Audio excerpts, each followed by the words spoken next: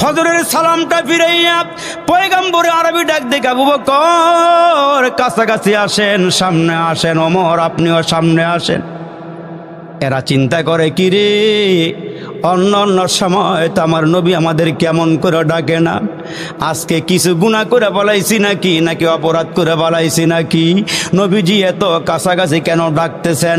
দুজন সামনে যাওয়ার পর আল্লাহ নবী ডাক দিয়ে আবু বকর রাতের বেলা কি আপনি তাহাজ্জুদ পড়েছেন? হ্যাঁ রাসূল পড়েছি। আমার কি কোনো ভুল হয়েছে গো নবী? আপনি পড়ছেন? হ্যাঁ পড়ছি। নামাজের মধ্যে এত আস্তে আস্তে কোরআন শরীফ পড়লেন কেন? আবু বকর সিদ্দিক নরম দিলের সাহাবী, উনি আস্তে আস্তে কোরআন তেলাওয়াত করে। আবু বকর সিদ্দিক ডাক দিয়ে কয় নবী গো, আমার আল্লাহ এমন একজন আল্লাহ, উনি আস্তে নামাজের মধ্যে তেলাওয়াত করলো শুনে। এই জন্য নবীজি আমি আস্তে আস্তে কোরআন শরীফ পড়ছি। হ্যাঁ ওমর, আপনি কি তাহাজ্জুদ নামাজ পড়েছেন? হ্যাঁ রাসূল পড়েছি। ওগো নবীজি, আমার কি কোনো ভুল হয়ে গেল নাকি?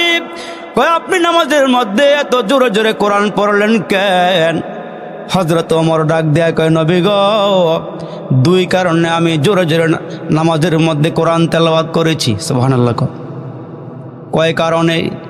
কয় দুই কারণে আমি নামাজের মধ্যে জোরে জোরে কোরআন তেলাওয়াত করেছি। কয় তাই নাকি? কয় হ্যাঁ। কি কি কারণ?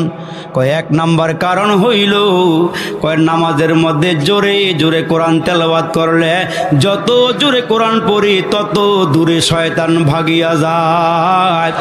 এই শয়তানটারে ভাগাইবার জন্য নামাজের মধ্যে আমি জোরে জোরে কোরআন তেলাওয়াত করেছি। আর একটা কারণ কি?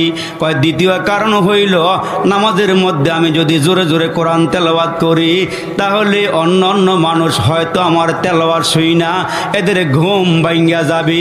আমি যেমন নামাজে দাঁড়াইছি এরাও আমার মতন নামাজে দাঁড়াইবে। নবীজি ডাক দিয়ে আবু বকর, এত আস্তে না, আর একটু জোরে কোরআন পড়বেন। এ ওমর, এত আস্তে তো জোরে নয়, আর একটু আওয়াজ কমায়া মিডিয়াম সরে আপনি নামাজের মধ্যে কোরআন তেলাওয়াত করবেন।